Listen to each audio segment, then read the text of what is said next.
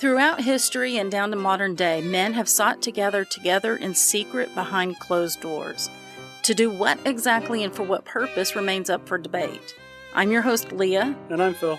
And I'm Steve. Today we'll be talking about just a few of history's secret societies. If you have an appetite for the strange and bizarre, then pull up a chair and grab a spoon for another intriguing serving of Remnant Stew. Remnant Stew is gluten-free, organic, made from all natural, free-range ingredients, and guaranteed to provide the recommended daily serving of curiosity.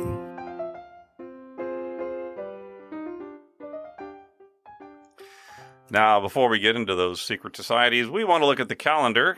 And there was great rejoicing. That's right. Today is June the 20th. That's right. And one of our 50 states is celebrating a special day today. Yes, it's that almost heaven state of West Virginia. In fact, I think we should just break out in some Everyone else is already song, singing this one because we just said it. Yes. That's right. So ready? Almost heaven, West Virginia, Blue Ridge Mountain, Shenandoah River.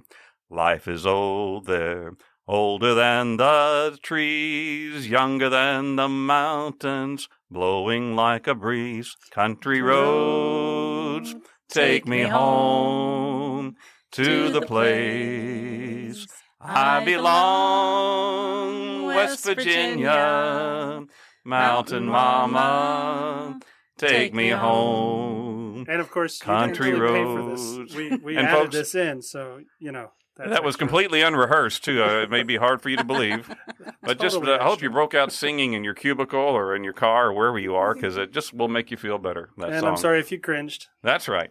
Well, anyway, as you might know, the state of Virginia seceded from the Union at the beginning of the Civil War. However, the residents of the mountainous, non-plantation section of the state decided they didn't want to break away.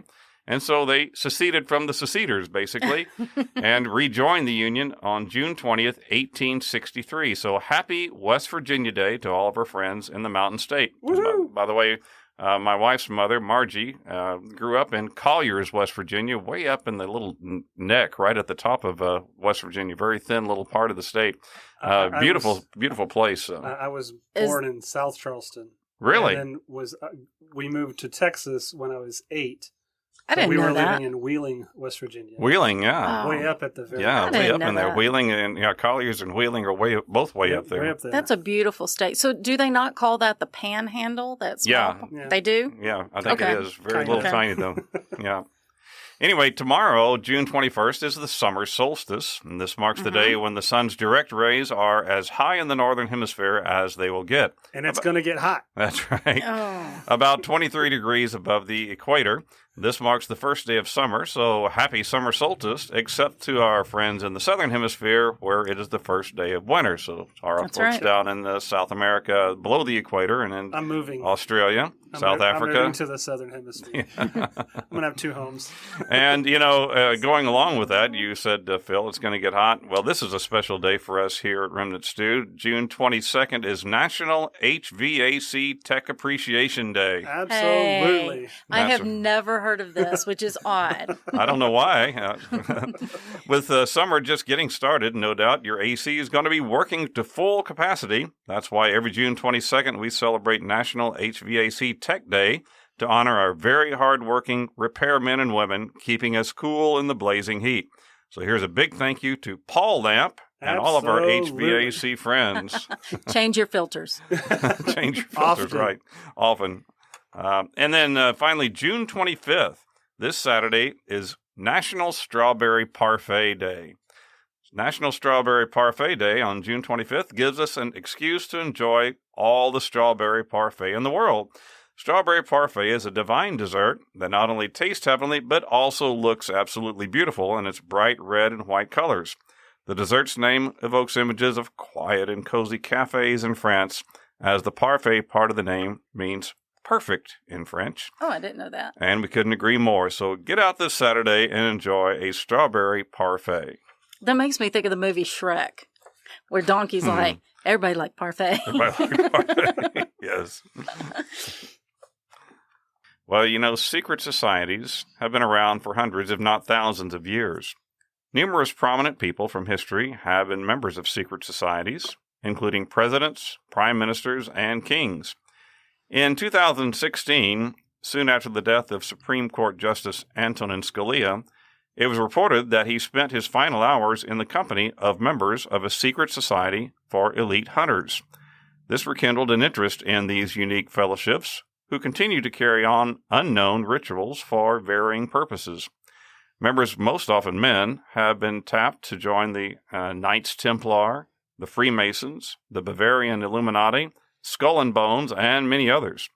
The allure of the secret societies is part mystery, part legend.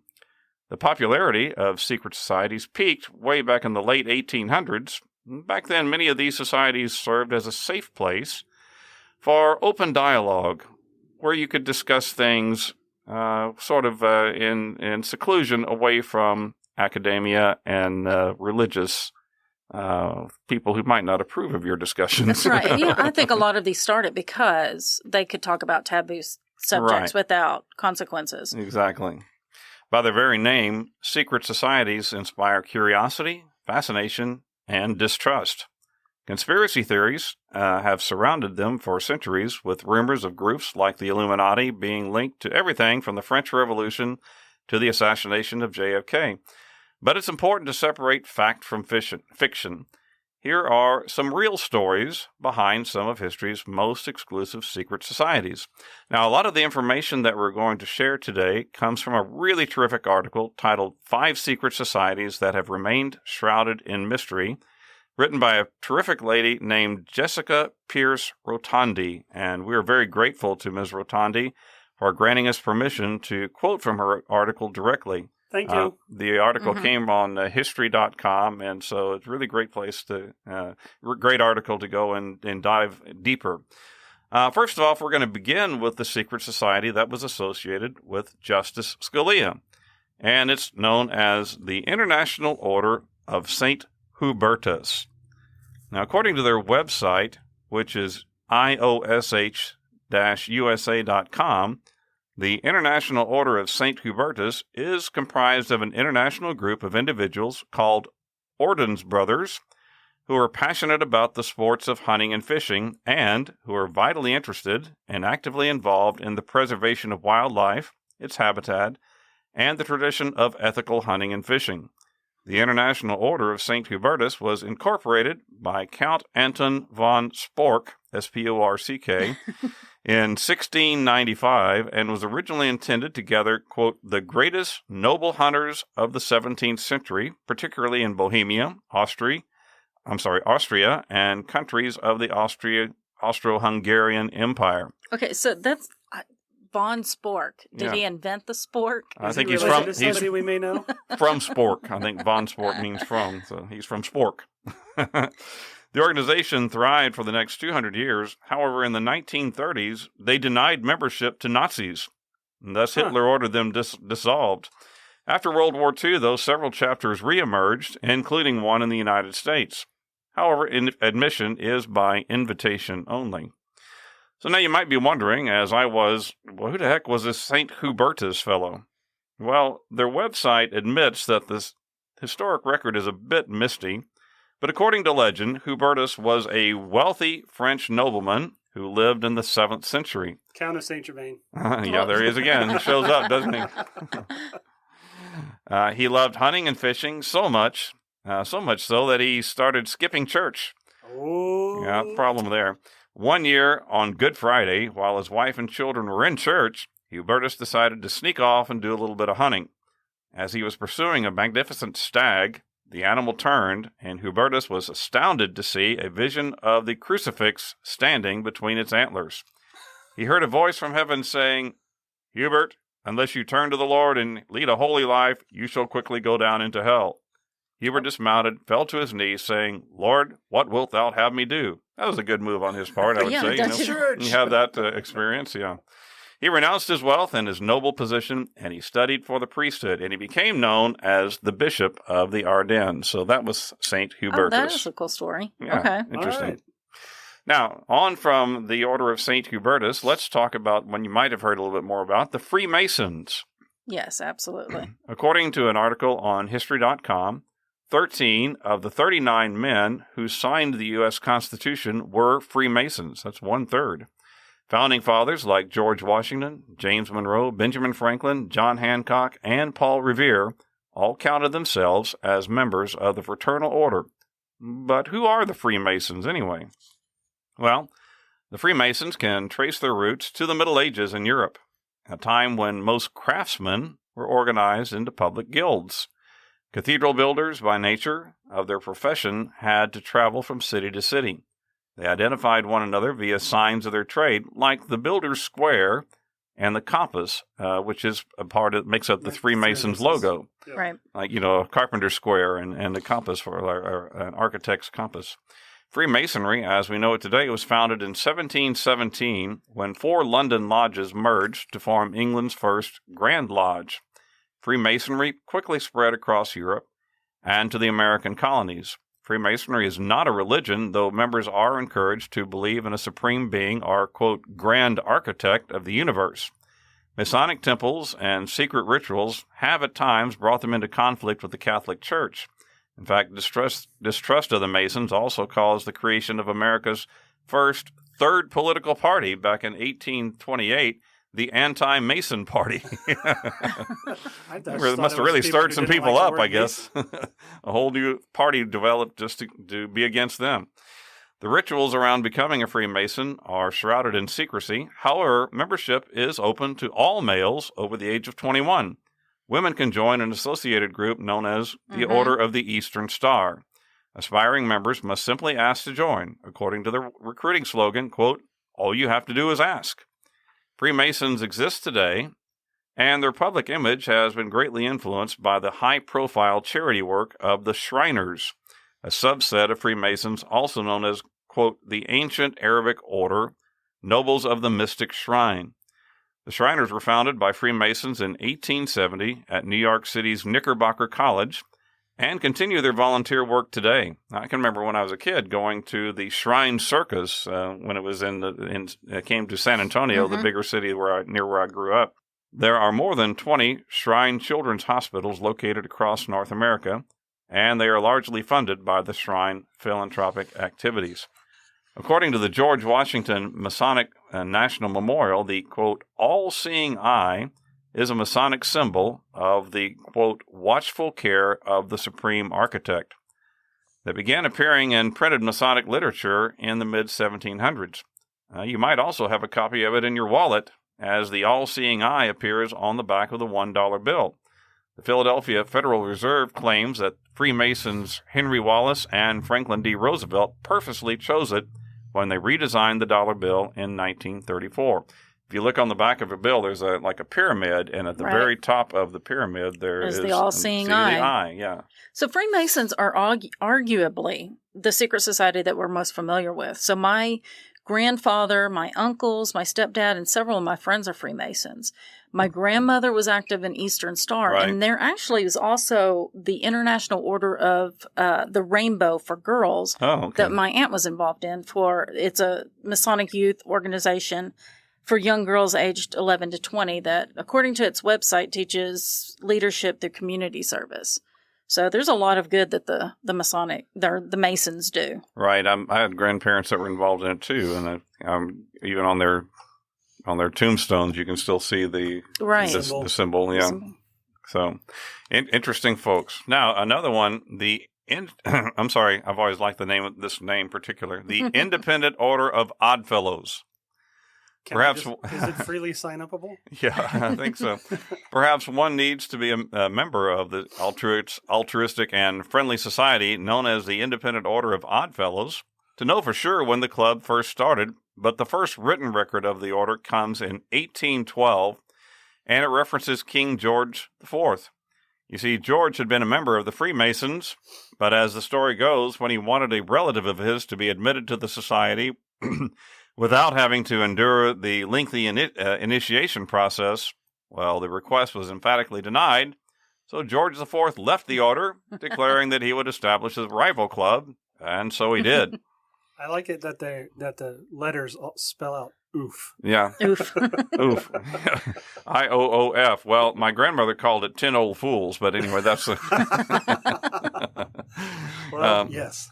According to their website, oddfellows.org, the IOOF has more than 600,000 members today in 30 different countries. The historic command of the Oddfellows is to, quote, visit the sick, relieve the distressed, bury the dead, and educate the orphan.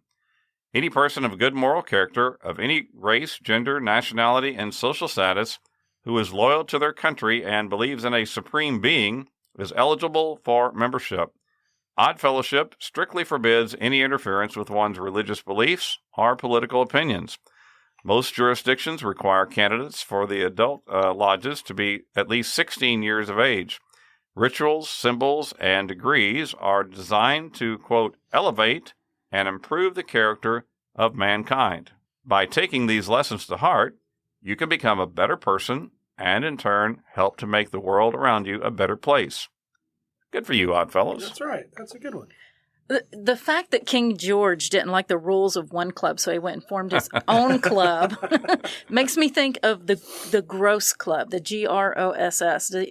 Does that ring a bell? No. Do you know what it is? No. Okay, so it's the Get Rid of Slimy Girls Club, founded by Calvin of Calvin and Hobbes in the comic strip. Okay. It sounds exactly like a club the boys in my neighborhood would have created. And my sister and I would likely have retaliated and created our own for only girls, or we would have infiltrated theirs. So as kids, we were always doing that. We were always creating clubs and setting up rules and passwords and secret handshakes. And I suspect a lot of these secret societies we're talking about came from the same childlike desire to belong to something exclusive. Right. And to have a secret handshake, because it's all about the secret handshake. Everybody wants a secret handshake. You know you do. Yeah, you. The members of this next organization probably wouldn't consider themselves to be part of a secret society. Membership is highly exclusive and their meetings are closed, though. It is my favorite of all the groups that we're discussing today. So have you ever heard of the Vidocq Society? I don't think I've heard of the Vidocq, yeah. Vidocq Society. It's based in Philadelphia, Pennsylvania, and it's a fairly new society. It was founded in 1990. Membership is by invitation only and is made up of the best criminologists in their respective fields. Oh, that's interesting. Yeah. The society was formed when 3 forensic experts, a former Philadelphia police officer and FBI agent, a well-known forensic sculptor, and a prison psychologist met for lunch, and their conversation turned to the topic of solving cold case homicides. Quoting from the history section of the website, quote, the trio wanted to establish a venue where like-minded persons, both in and outside the field of forensics, could gather to discuss and debate crimes and mysteries. When do they get together on Thursday nights and watch CSI? Yeah, and talk about how bad it is. What do they do or wrong? How inaccurate it is. And so, so the Vidocq Society was born out of that. And the name Vidocq, it's kind of a weird word. It honors a French criminal-turned-detective named Eugene Francois Vidocq. Vidocq lived from 1775 to 1857 and used his experience as a criminal to develop techniques to understand and ultimately capture criminals. He was considered to be the father of modern criminology, having introduced to investigations the practice of record-keeping, forensic criminalistics, and the science of ballistics. We kind of take that stuff for granted that it was always around, but there was a time it wasn't. Along with being the first to make plaster of Paris casts of foot and shoe impressions and being a master of disguise and surveillance, I bet. Wow. Vidocq also founded the first modern detective agency.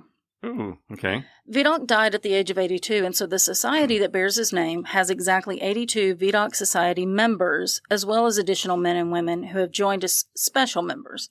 Oh, the original 82, and then all the rest of you guys. Well, I think the 82 is the main part of the group that makes the decisions and things like that as far as the group goes, but then there's many other members as well, and membership is by invitation only and includes people from, quoting their website again, all walks of life, and include experienced investigators from federal, state, and local law enforcement agencies and the private sector, internationally renowned forensic experts in the fields of pathology, criminology, forensic dentistry, psychology, anthropological facial reconstruction, and many former federal, state, and local career prosecutors. Wow. Oh, wow. That's interesting. The VDOC Society is a nonprofit organization, and so all the members donate their time and expertise to solve homicide cases that have gone cold. Oh, that's cool. The members present various cases to the group during a monthly lunch meeting, and then they vote on which cases they will take on. Each case must be,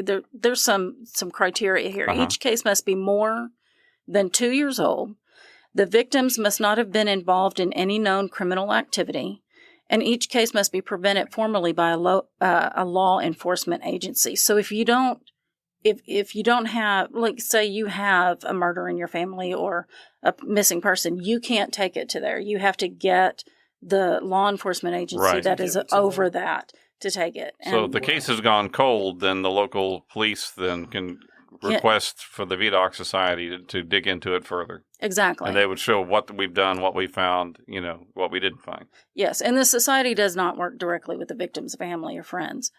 The VDOC Society solved their first case in 1991, which exonerated a man who was wrongly accused of murder, and has been involved in solving hundreds of cases since. Wow. They are involved in the ongoing investigation of the Boy in the Box case. Have you I've heard guys heard about that? I'm not sure I've heard this one. It's an unsolved case of a boy who was found dead in a JCPenney box in 1957. The boy has become known as America's unknown child, as his death touched the heart of so many people. He was only around 4 to 6 years old at the time of his death, and I really think that we're on the verge of finding who he is due to the DNA and all of that. But the VDOC Society is handling that right now. So if you'd like to know more about the VDOC Society, you can visit their website at vdoc.org. That's VIDOCQ.org. I got a lot of my information there, as well as a 2021 article by Sarah Callums for the website policeone.com. Interesting. That's really fascinating, where they pick a new one every month and start investigating. Well, I don't know if they do it every month. They meet every month or whatever. They do meet every month, and I don't know how many cases they take on or don't take on or whatever. But but they've been key to solving a lot of cold cases. Well, now our next one is kind of an interesting society that was originally formed by government employees. They're called the Knights of Pythias, Pythias. I have never heard of this one. The Knights of Pythias was founded by Justice H. Rathbone, a government employee in Washington, D.C. in 1864. He felt there was a moral need for an organization that practiced brotherly love, which would make sense seeing as the country was involved in the Civil War at the time. The name is a reference to the Greek legend of Damon and Pythias, the Pythagorean idea of friendship. I always thought that had something to do with triangles, Right. A squared plus B squared. Well, anyway, I guess different Pythagoras, I suppose. Actually, let's do a little side lesson here. What's up with Damon and Pythias? According to Wikipedia, Pythias was accused of and charged with plotting against the tyrannical Dionysius I of Syracuse. Pythias requested of Dionysius to be allowed to go and settle his affairs before he was executed. Dionysius agreed, on the condition that Pythias' friend, Damon, be held hostage, and should Pythias not return, Damon would be executed in his stead. Well, when Pythias returned, Dionysius was amazed by the love and trust of their friendship, and he freed them both. That's where we get the phrase Pythagorean ideal of friendship. One friend will stand in for another to give his life, but that friend then comes back so that the first friend doesn't have to give his life. So anyway, the original members were all government employees. They claimed this is the first fraternal order to be chartered by an act of Congress. The Knights of Pythias supports charitable, benevolent, fraternal, and social activities through its subordinate lodges. The primary charity supported by the Supreme Lodge is the American Cancer Society. Many other charities and programs are supported by their Grand Lodges and subordinate lodges, and they are also closely affiliated with the Boy Scouts of America. Oh, wow. So that's the Knights of Pythias. Okay. And speaking of knights, let's go back to an ancient one. The Knights Templar. I've heard about this a lot, but I didn't really know much about it until I started researching for this episode. The Knights Templar were warriors dedicated to protecting the Christian pilgrims to the Holy Land during the Crusades. The military order was founded around 1118 when Hugues, Hugues de Payens, a French knight, created the Poor Fellow Soldiers of Christ and the Temple of Solomon, or the Knights Templar for short. Headquartered at Temple Mount in Jerusalem, members pledged to live a life of chastity, obedience, and poverty, abstaining from gambling, alcohol, and even swearing. And they remind me of the good guys from the Westerns that I used to watch on Saturday morning TV. Get out your white hat. Put your white hat, yeah. And they never did any of those bad stuff. It sounds like Roy Rogers and Gabby Hayes, you know. It sounds to me like entering the priesthood. Like something like that. Right? Anyway, the Knights Templar were known for more than their military prowess and moral lifestyle. They became one of the most wealthy and powerful forces in Europe after setting up a bank that allowed pilgrims to deposit money in their home countries and withdraw it in the Holy Land. Imagine that, international banking back in the 1100s. That was pretty far thinking. They were highly trained and became known as fierce fighters. They acted as the advance force in a number of battles of the Crusades, including the Battle of Montig, M-O-N-T-I-G. Okay, what is that? Montgisard, where they helped greatly outnumbered Christian forces defeat an army led by the great Muslim commander Saladin. A part of that fierceness probably came from their religious devotion, which allowed them to see breaking their vows as a fate worse than death. The rule of the Knights Templar called for them to never retreat, surrender, or charge without being ordered to do so first. Their influence swelled to a new high in 1139 when Pope Innocent II issued a papal bull exempting them from paying taxes and decreeing that the only authority they had to answer to was the Pope himself. Oh, wow. At the apex of their power, the Knights Templar actually owned the island, what's now the island nation of Cyprus, a fleet of ships, and they lent money to kings. But not all kings were happy customers. When the Crusades came to an end, the Knights Templar withdrew to Paris, where they focused on their banking endeavors. On October 13th, 1307, King Philip IV of France, whom the Knights Templar had denied additional loans, had a group of knights arrested and tortured until they made false confessions of depravity. In 1309, the city of Paris watched dozens of Knight Templar as they were burned at the stake for their alleged crimes. Under pressure from the French crown, Pope Clement V formally dissolved the order in 1312 and redistributed their wealth. Goodness. So, yeah. Rough times back in the Middle Ages, you know. Ugh. And now for something completely off topic and off kilter. Brace yourself for the oddity du jour. Speaking of churches and all of that kind of stuff, from Atlas Obscura, I saw this the other day, too. I learned about a very unique church. It's a church divided, literally divided. Has been known to happen. Yeah. It has a road running through it. Oh, well, that is divided. So in the United States, if someone wants to start a church in a community, they usually choose a community building or school to meet in, and then as the church grows, they find a vacant building to rent or they purchase land and build a church. Right. But in other parts of the world where the culture and people have a long history in the area, the location of a church is usually in a place that's been considered holy for many years, sometimes even hundreds of years. Right. There is a small Roman Catholic church called Sankt Maria, so meaning Saint Maria, in the Austrian state of Carinthia. The location of the church is on a very old road that was formerly an important Roman trade route from Venice to Salzburg. And as early as 1443, there was a shrine in that location to encourage travelers to pray. Okay. In 1754, the roadside shrine was replaced by a chapel.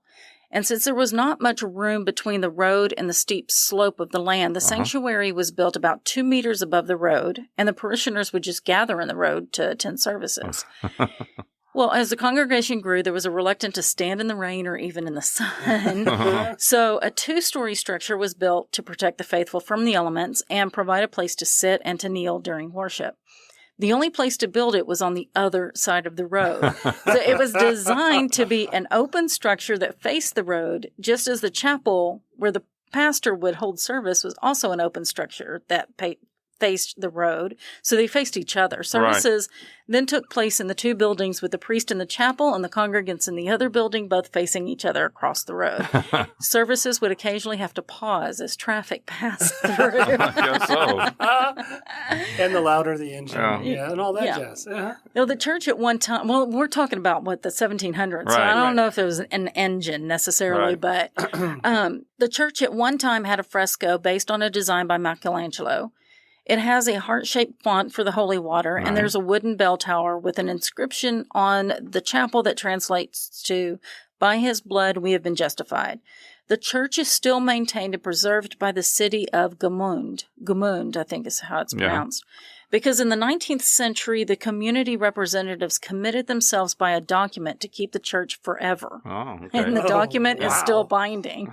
Well, yeah. Services there are only held occasionally, though. The road is still in use. And so you could just travel right through that church. Or pause. Drive through. And I got my info from that wonderful Atlas Obscura. Woo-hoo. It makes me think of remember that old movie Brewster's Millions with the guy was a baseball player, and there was a train that actually ran through the outfield. They had to stop play whenever the train went by. There you go. Well, now back to our secret societies. This one is certainly in popular conversation from time to time. It's called the Illuminati. I didn't realize, though, they were much older than I thought. They were founded by Professor Adam Weishaupt, Weishaupt, in Bavaria on May 1st, 1776. Weishaupt, chafing at the power of the conservative Catholic Church and the Bavarian monarchs, sought to cast aside organized religion in favor of a new form of, quote, illumination through reason. Inspired by the spread of the Enlightenment across Europe, he also drew upon ideas expressed by the Jesuits, because he himself was a former Jesuit, and also the Freemasons. So he's kind of a pick and choose, kind of a new, kind of a creative thing going on here. Kind of like your stuff, maybe a little bit of yours. Okay, so most people know the Illuminati from Dan Brown's books, you know, and so you say that you're surprised that it was that old. I'm surprised that it was that new, honestly. I thought it went back further. And I think that one of the things that they held was they were really into science, and Catholic Church was taking a long time to accept science. Catch up on I think the heliocentric version of the solar system was one of the things that the Illuminati got together to discuss, and then Galileo was part of it. Yeah. Anyway, he recruited heavily from the Masonic Lodge, and he really was trying to get some of the wealthiest and the most influential men in Europe. Members of the Bavarian Illuminati, referred to as perfectibilists, were broken into three tiers of increasing power and drawn from the social elites, including noblemen like former Freemason Baron von Knieg, and writer Johann Wolfgang von Goethe. All communication was in cipher, and members were given classical nicknames. In fact, Weishaupt was Spartacus. That's a great nickname. The organization flourished before being stamped out by Karl Theodor of Bavaria, who issued an edict making membership in the Illuminati punishable by death in 1787. And they went underground. The death of the Bavarian Illuminati did not quell gossip about their clandestine activities, and conspiracy theorists have linked the group to everything from the French Revolution all the way up to the assassination of JFK. The Illuminati served as inspiration for Dan Brown's Angels and Demons. Mm-hmm. Count of St. Germain. Yeah. Now, according to Wikipedia, in the years since 1787, the term Illuminati has been used when referring to various organizations which are alleged to be a continuation of the original Bavarian Illuminati, though these links have never really been substantiated. These organizations have often been accused of conspiring to control world affairs by masterminding events and planting agents in government and corporations in order to gain political power and influence and to establish a, quote, new world order. Central to some of the more widely known and elaborate conspiracy theories, the Illuminati are depicted as lurking in the shadows and pulling the strings and levers of power. Mm-hmm. This view of the Illuminati has found its way into popular culture, appearing in dozens of novels, films, television shows, comics, video games, and music videos. All over the place. All over the place. You hear about it, you see it, but you don't see it. And then this next one is kind of an interesting one. It's called the Order of the Skull and Bones. It's a secret society founded at Yale University in New Haven, Connecticut, back in 1832. Do they fly a black flag? I don't know if they do that, but they're like a pirate. But but they do have the skull and crossbones. Yeah, logo. I think they have the real thing. Skull and Bones founder William Huntington Russell was inspired by an occult society he'd visited in Germany. His co-founder was Alphonso Taft, future Secretary of War under President Grant and father of President William Howard Taft, who would also be a member of Skull and Bones. The prominent list of bonesmen includes several presidents and modern-day power brokers. Each year, 15 seniors at Yale are tapped to join Skull and Bones. Their names are published in the Yale Rumpus, though what happens behind closed doors at the Tomb, the windowless meeting space where bonesmen gather twice a week, is under wraps. Members take an oath of secrecy.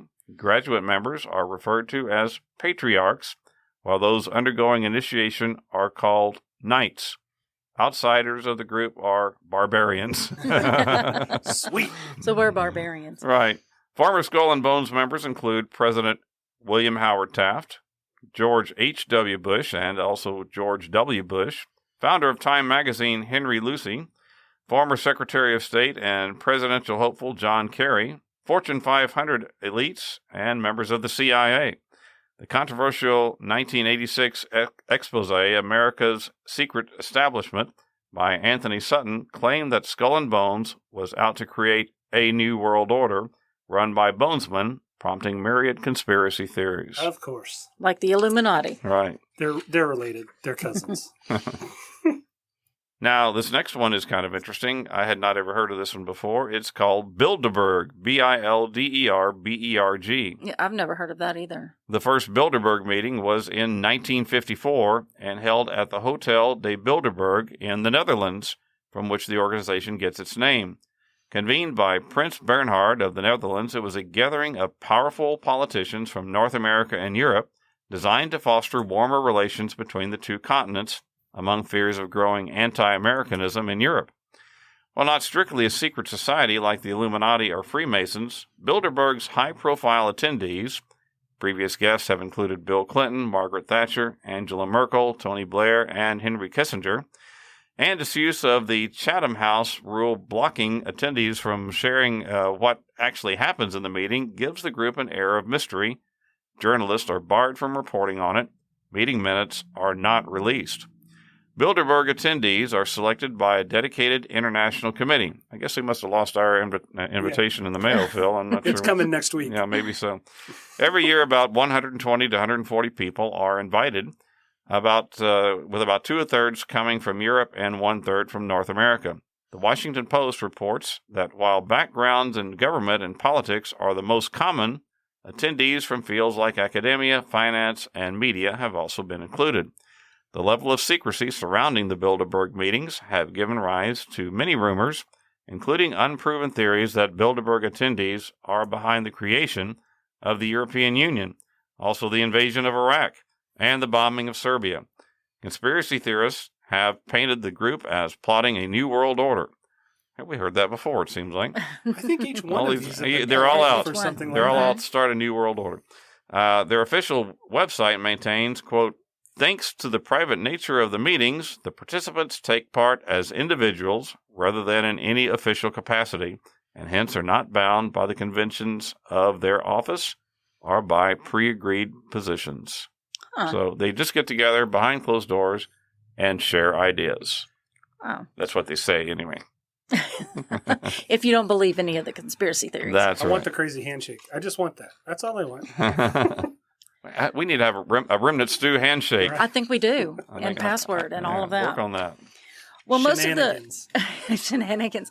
Well, most of the secret societies we've talked about have a purpose that's clear to see, usually to provide service to their community. And the only reason they are secret is because you have to be a member in order to witness their rituals and see what goes on in their meetings. This next secret society is not that way. It is shrouded in complete mystery from its origins to its purpose, and even who even belongs in the group. We're not even sure it's a secret society. It could be the work of just one human being. Not likely, but it could be. And I'm talking about Cicada 3301. That's not the year it was formed, right? No. Because that hasn't happened yet. Well, unless it's going in reverse. Yeah, maybe they're Right, time travelers. right, yeah. But now, Cicada 3301 surfaced on the internet on January 4th of 2012 when a puzzle was posted to 4chan, immediately drawing the attention of people interested in figuring out what this was. The puzzle ran for nearly a month and began with the posting of an image. So the original image was of a message that began by saying, "Hello." This is quoting, "Hello, we are looking for highly intelligent individuals. To find them, we have devised a test." Dun, dun, dun, dun. It went on to state that there was a secret message hidden in the image. This began an internet scavenger hunt that would come to be known as the most elaborate and mysterious puzzle of the internet age. The original image contained metadata that, when deciphered, led to a website that had yet another image, which led to a book, and so on. The internet went wild, with people all over the world trying to solve the puzzle. But what was it for? A game? There's many such games on the internet to satisfy those who like puzzles containing ciphers and cryptography. Right. But they're just games. Their purpose is simply to provide brain-challenging entertainment. Yeah. The wording of Cicada 3301, however, hinted at an unknown entity looking to recruit those who could solve the puzzle. But recruit them for what? Many theories were discussed. Anonymous. Yeah. Many theories just were abound. They were discussed in message boards across the internet. Was this an elaborate viral marketing technique for a movie or video game? Because that's been done before. For sure. Yeah. That was one of the main ideas at first. Or was it the NSA or even the CIA looking for recruits, or some more secretive and perhaps sinister group looking to enlist only the most intelligent and persistent individuals? And if so, then for what? You know, it reminds me of during World War II, the British put out a puzzle in their newspapers at the time that was challenging, and they were looking for code breakers who would work at Bletchley Right. Park. And so that's how they found the Right, so that's not unheard of right. for that to happen. So one argument for Cicada 3301 being an organization rather than a single person is that part of the puzzle included coordinates for points all around the world where at each point there was a poster of the cicada symbol, and it would be posted there. And so there was, Wow. and that in itself was a puzzle as well. Like a QR code, too. Yeah, it had a QR code in it that led to a website that, so all of You that. had a hefty bank account to travel to those places. It would seem Exactly. Like. So Right. the idea that it was just one person was kind of scratched off, and it was realized that it was at least a few people. Right. A month later, another image, much like the first, contained a message that they, whoever they were, had found the individuals they were looking for, and the puzzle was over. Mm-hmm. This, however, was only the beginning. Another puzzle was revealed exactly 1 year later on January 4th, 2013, and was much like the first, leading people through hidden messages within images, various websites and books, along with physical coordinates around the world where posters were put up. Right. Just like the first puzzle, this one eventually led to a puzzle that would allow only a select few that arrived first to continue. So basically, there was a point in the puzzle that brought you to a website that only allowed a select group of people to proceed beyond that point. And after they got so many people, Right. the website closed down and there was only the message left. We want the best, not the followers. Oh. So the second puzzle did not have a final message signifying the end like the first did, and people again were left wondering what this was all about. Right. Eventually, It's a think tank. and this is one way to get people talking. Really, Absolutely. Yeah. exactly 1 year later, on January 4th, 2014, you guessed it, a third puzzle appeared. Oh. The It Illuminati. progressed much like the other two and eventually led to a book that was filled with runes that apparently was written by Cicada. It Okay. included theosophical and philosophical rhetoric and was taken to be the group's manifesto. The book was not the end game, though, as there were several hidden messages in it leading puzzlers to various websites. As of yet, this third puzzle has not been solved. Well, there's not. Interesting. Maybe That's they don't pretty cool. have the best of the Or at best. least it hadn't been solved publicly. Yeah. No, actually, it actually has not been solved. I'll tell you why. 2015 came and went here we with go. no word from Cicada, and people began to suspect that the third puzzle would have to be completed if there was to be more. And in fact, a message by Cicada that appeared in 2016 encouraged people to go back to the book and decipher it. Since 2016, there's only been silence from Cicada, leaving people to speculate what it's all about. And like you said, organizations using this technique to recruit individuals is not unheard of. The U.S. Navy, as well as British Intelligence Agency, GCHQ, and even Google have used internet puzzles to flesh out some of the most intelligent and dedicated for recruitment to their organizations. Right. So there was leaked information from those that managed to make it to the end game, but it's impossible to confirm that they are legitimate finalists and not imposters. The information, however, claimed what a lot of others had theorized, and that is that Cicada 3301 was a group of like-minded individuals who shared common ideals concerning cybersecurity, privacy, and censorship, with the goal of producing software applications in line with that ideology. No one knows for sure, though, and Cicada 3301 remains one of the Internet's biggest mysteries. Wow, interesting. I've never heard of this. If you're interested in the puzzles or even solving the third puzzle, you can find it all still on the Internet with plenty of discussions about each step of the puzzles. I got some of my information from Wikipedia, but the majority of it came from YouTuber Let Me Know, who I highly recommend following. He has all these absolutely fascinating YouTube videos. LEMMINO. Let That's me know. right. That's right. Nice. So there you go. And now it's time, boys and girls, for the Trivia Challenge.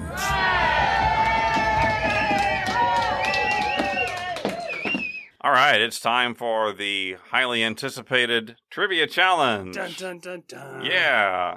You know how this works, folks. Like and follow our Facebook page at Remnant Stew Podcast. Like and share this episode post. Put your answer to the Trivia Challenge question in the comments of that post. The first person to do all of that will be the winner and will be mentioned on an upcoming episode of Remnant Stew. So, Leah, what is our Secret Society question today? What popular TV show has the main characters participate in the secret society, the Loyal Order of Water Buffaloes? I know this one. I know this one. Good luck. Yep. Hey, thanks for spending time with us. Check us out on Facebook and Instagram at Remnant Stew Podcast. You can also send us an email or just to say hi or suggest a topic for a future episode at staycurious@remnantstew.com. Remnant Stew is created by me, Leah Lamp. Dr. Stephen Meeker and I research, write, and host each episode, along with commentary by our audio producer, Philip Sinquefield. Theme music is by Kevin MacLeod, with voiceover by Morgan Hughes. Special thanks goes out to Judy Meeker and Harbin Gould. So now before you go, please hit the follow button so you won't miss an episode. Head on over to Apple Music and leave us a review. Oh, we love reading those reviews. Yeah. We were reading some the other day. It was really, really fun to hear what people say. Share Remnant Stew with your friends, your family, the Grand Poobah of your lodge, and any barbarians you might run across. Until next time, remember to choose to be kind and always stay curious.